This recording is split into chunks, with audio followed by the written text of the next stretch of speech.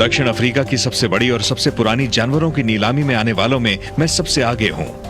तो ये जो नीलामी है ये सरकार ही करवाती है और ये जानवर प्राइवेट सेक्टर में बिकते हैं और इससे वाइल्ड लाइफ को बहुत ही ज्यादा फायदा है। तो ये जो जगह है ना, ये जगह इस धंधे का गढ़ है। नीलामी शुरू होने से पहले मैं यहाँ के ऑक्शनियर से मिला, मिस्टर ब्रैंडन लेयर। तो पैसे का लेन देन यहीं पर होता है और वो पैसा आप ही लेते हैं ना?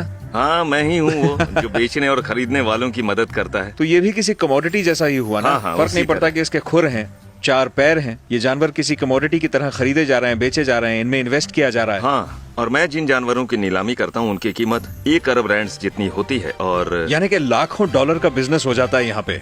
और हैरानी की बात है कि और कई नीलामियां होती होंगी, आप सभी में तो नहीं जाते होंगे ना? ये नीलामी काफी बड़े स्तर पर चलती है, काफी बड़ा बिजनेस है। हमें वक्त देने का बहुत बहुत शुक्रिया। बहुत बहुत आप जानवरों की बहुत मदद कर रहे हैं। नहीं, मुझे अच्छा लगता है। उम्मीद करते हैं कि किसी दिन आपको उत्तरी अफ्रीका में बुलाएंगे, वहाँ पे इन जानवरों की नीलामी करवाएंगे। क्या कहते हैं? तो सम्मान की बात है। बहुत बहुत आज के लिए good luck. Good morning ladies and gentleman. जल्द ही हम नीलामी शुरू करेंगे। लगता है आप सबको सीट मिल गई है। इस नीलामी की शुरुआत उसी तरह करेंगे जैसा कि हम करते हैं। शुरुआत करेंगे हम इस पूरे झुंड के साथ और ये झुंड है 8 का। तो चलिए जल्दी से बोली लगाइए। बोली आपकी बढ़ के आनी चाहिए। बढ़ के यहाँ बैठकर मुझे एहसास हुआ कि ये जितने लोग बोली लगा रहे हैं ये अपनी मेहनत से कमाया हुआ पैसा लगाकर अपने देश की वाइल्ड लाइफ को जिंदा रखना चाहते हैं। और ये झुंड जाता है आप। मैंने कई सारे संरक्षण के प्रोग्राम पैसे की कमी की वजह से बंद होते हुए देखे हैं, मगर ये जो यहाँ पर हो रहा है, यहाँ तो पैसे का ही खेल है और ये प्रोग्राम कभी बंद नहीं होने वाला। 7,000 आगे बताइए, क्या कोई और बोली लगाएगा? 7,000 ठीक है, सोल्ड। यहाँ से कमाया गया एक एक पैसा जनजीवन के संरक्षण में ही खर्च किया जाएगा।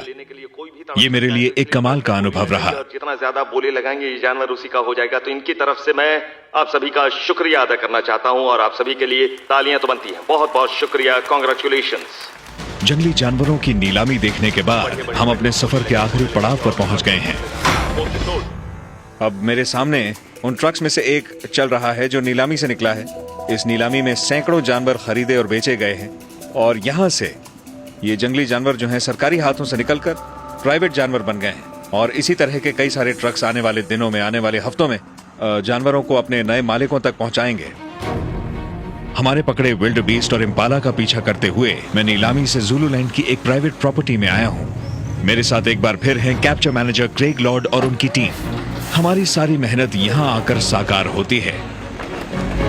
इन ट्रक्स को पीछे करके इन रैम्प्स के पास लगाया जाएगा जिन्हें आज सुबह ही बनाया गया है ताकि जानवर आसानी से उतर सकें। दरवाजा खुलते ही विल्ड बीस्ट पागलों की तरह दौड़ने लगेंगे। अगर हम रैंप के नीचे सब कुछ लेवल नहीं करते तो इनमें से कई विल्ड बीस्ट्स की टांगें टूट सकती हैं। यहाँ बहुत बारीकी से जानवरों के लिए तैयारियां की जाती हैं, उनका ख्याल रखा जाता है हर एक कदम पर और ये सब कुछ जानवरों की भलाई के लिए हो रहा है। अब वक्त आ गया है पहला कंटेनर खोल देने का।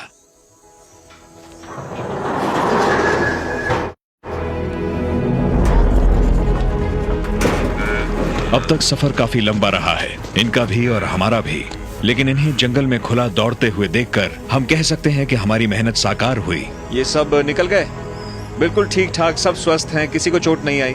एक कंटेनर खाली हुआ, अब दूसरे की बारी है। इसमें इम्पाला भरे हैं, ये ट्रक पीछे आएगा। इम्पाला आसान है, ये छोटे जानवर होते हैं, उछल कूद लेते हैं। हमने नर इम्पाला से शुरू किया जिसके सींग पर हमने सफर के लिए रबर पाइप्स लगाई थी। तो इन्हें निकाल दें आप? हाँ। बस इसके सींग से ये रबर की पाइप्स हटा देते हैं वरना जंगल में ये खुद की हिफाजत नहीं कर पाएगा अच्छे से। अब बस एक पाइप बहुत, इसे बाहर निकालो। ओके रेडी, लो चला गया। और अब मादाओं की बारी। चलो खोले इसे।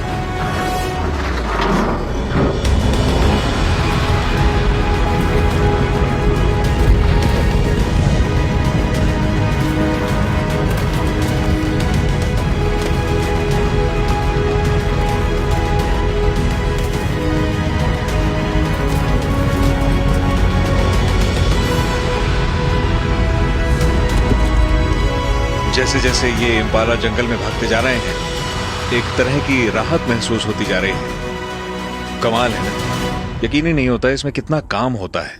दिन बढ़िया रहा, दिन कामयाब रहा।